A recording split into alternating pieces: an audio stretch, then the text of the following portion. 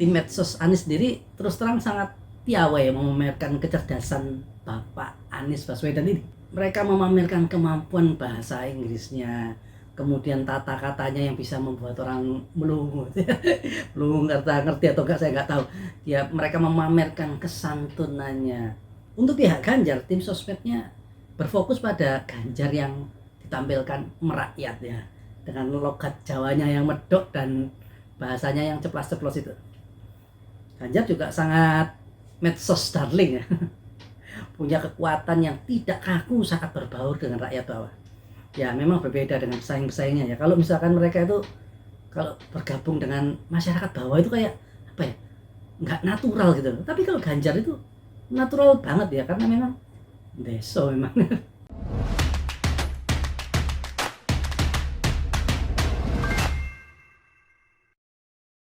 Bila ada yang berpikir bahwa video hari ini akan mengagung-agungkan Ganjar atau menjelek-jelekkan Anies, Anda salah. Bila ada yang menyangka saya akan menyatakan Anies miskin prestasi, sedangkan Ganjar penuh inovasi, sekali lagi, Anda juga salah. Bila ada juga yang berpikir saya akan membahas masalah Yaman dan pribumi, itu juga betul-betul salah. Lalu video ini tentang apa? Ora usah kesuwen, gak perlu lama-lama. Bersama Kulik, ayo kita kulik. Selamat datang kembali di video saya. Sebelumnya saya ingin menyatakan bahwa nanti di ujung video saya akan ada survei kecil.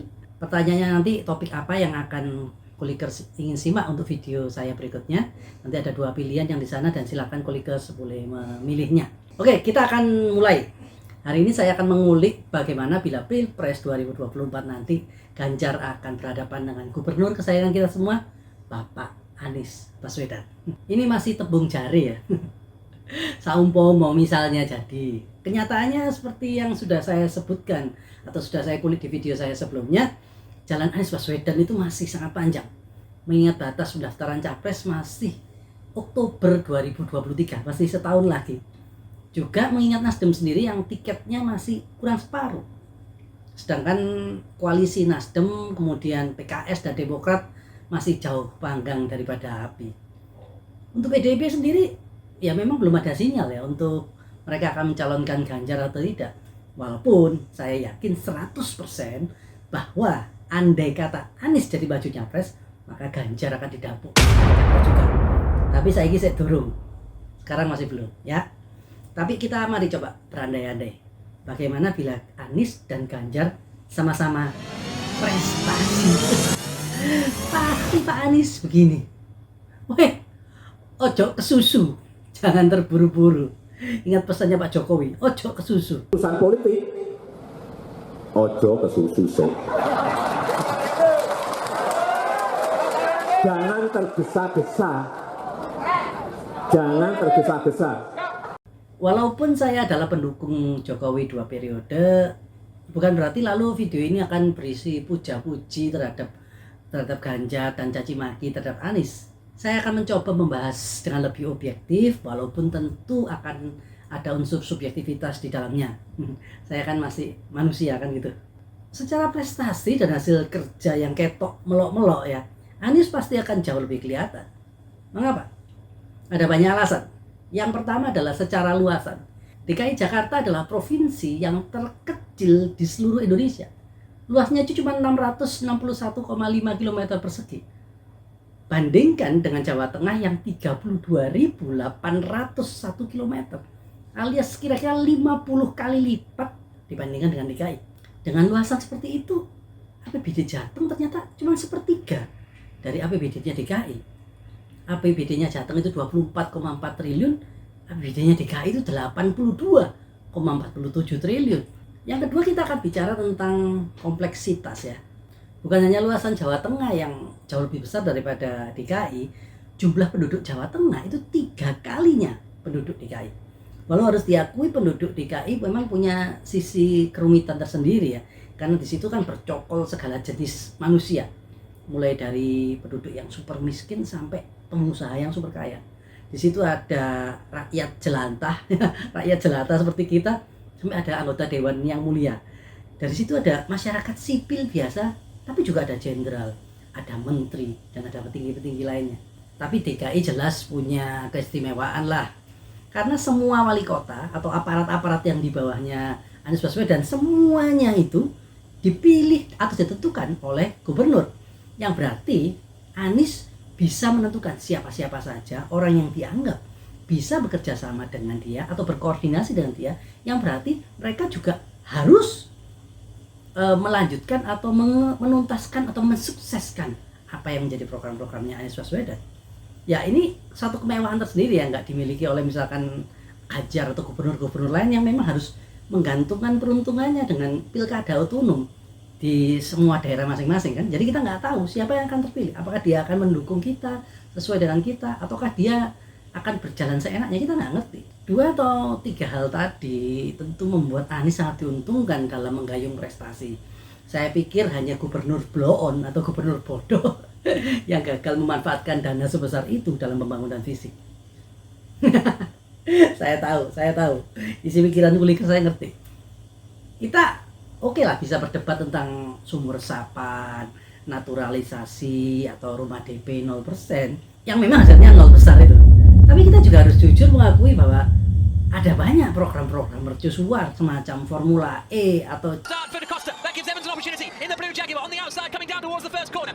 But Da Costa has the inside and he holds the place. There's a huge squeal of tyres as people try and make it around the first corner. But everybody, I think, JIS. Tentu bisa jadi daya jual Anies ya, karena memang beritanya sangat besar, sangat nasional, dibicarakan orang di mana-mana. Sekali lagi saya ngomong bahwa kita bisa berdebat panjang lebar tentang apakah kedua hal itu bisa cukup dikatakan gagal atau berhasil. Tetapi kita hari ini nggak akan bahas itu, karena kita ngomong kan ada satu program atau 1-2 pembangunan yang bisa nampak dan kelihatan. Selain daripada kalau kita melewati daerah-daerah tengah kota, kita akan melihat pembangunan yang spektakuler, yang mewah, yang megah, yang bagus sekali yang dilakukan oleh Gubernur Anies. Terus terang, uangnya super banyak. Di sisi lain harus diakui Ganjar cukup minus dalam hal pembangunan, inovasi atau terobosan. Silakan kulikers coba langsung tanpa melihat berita, katakan hal-hal apa pembangunan yang dilakukan Ganjar selama ini. Anda akan kesulitan bahkan untuk menemukan 3 hal saja.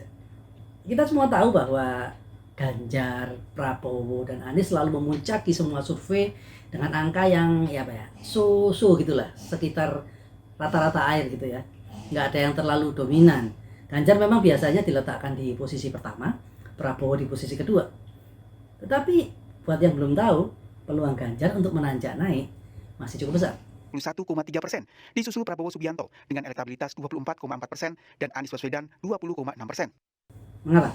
Ganjar diuntungkan dengan tingkat pengenalan publik kepadanya yang masih kisaran 70%. Bandingkan dengan Prabowo yang angkanya sudah mentok, sudah 97, sekian persen, atau Anies yang sudah 92%, 93%. Jadi secara teori bila tingkat pengenalan masyarakat kepada Ganjar naik, misalkan dicalonkan dari capres atau sebagainya, otomatis angka surveinya bisa bakal naik signifikan. Di sisi lain, harus diakui bahwa masih cukup banyak pemilih kita yang suka bila Indonesia ini dipimpin oleh presiden dari kalangan militer. Dalam hari ini ya Prabowo calonnya, atau kalau presnya ya AHY gitu kira-kira, walaupun mayor ya, tapi kan militer. Tapi yang jadi kelemahan utama dari Prabowo adalah jelas dia sangat kurang dalam hal sosial media.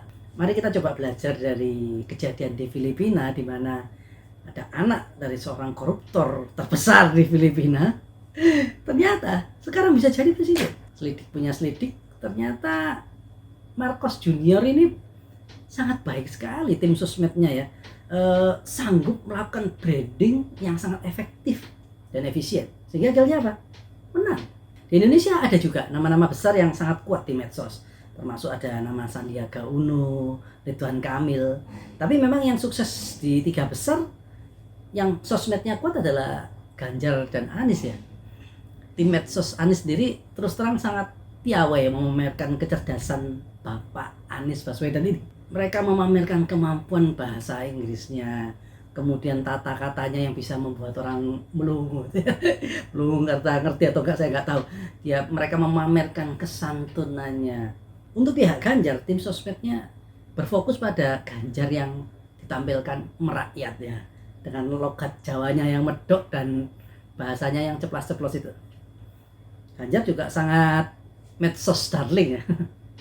Punya kekuatan yang tidak kaku saat berbaur dengan rakyat bawah. Ya memang berbeda dengan pesaing-pesaingnya ya. Kalau misalkan mereka itu kalau bergabung dengan masyarakat bawah itu kayak apa ya, nggak natural gitu. Tapi kalau Ganjar itu natural banget ya, karena memang deso memang. Kalau yang lain itu mungkin kurang desonya. Dari analisis di atas memang senyampang posisi Ganjar cukup di atas angin. Dia memang masih berada dalam posisi pertama dalam survei, meninggalkan Garuda. Dia berada dalam posisi pertama dalam survei, meninggalkan Prabowo cukup tipis, meninggalkan Anies cukup jauh, dan juga Ganjar punya potensi elektabilitasnya naik karena seperti saya katakan tadi, tingkat pengenalan masyarakat terhadap Ganjar masih 70%, jadi masih bisa digali lagi. Tentu ada syarat yang mutlak yang harus dilalui Ganjar, yaitu dia harus dicalonkan dari PDIP. Kalau Ganjar tidak dicalonkan via PDIP, kekuatan Ganjar akan merosot 30-50%. Dijamin. Tadinya saya memang mempersiapkan video ini cukup panjang untuk membahas tentang konstelasi 3 capres. Tapi video ini sendiri sudah terlalu panjang. Sebelum penutup, saya seperti yang saya katakan di awal tadi ya, saya ingin partisipasi dari kuliker sekalian untuk memilih tema video yang akan saya bawakan berikutnya. Masih berkaitan dengan konstelasi 3 capres. Yang pertama, apakah bila PDIP mencalonkan Puan Maharani, maka pasti auto kalah? Ini pertanyaan yang pertama. Yang kedua, bila terjadi kubu capres nanti ada 3, yaitu Ganjar, Anies, dan Prabowo, siapakah yang akan memenangkan pertarungan dan strategi apa yang harus dilakukan oleh kubu Ganjar dalam menghadapi pertarungan yang sengit ini? Tuliskan jawaban kulikers di kolom komentar. Saya akan bawakan tema yang paling banyak dipilih untuk bahasan konten saya berikutnya. Terima kasih sudah menyimak. Saya Kuli dan kita bersama Kuli kita akan terus mengulik. Ciao.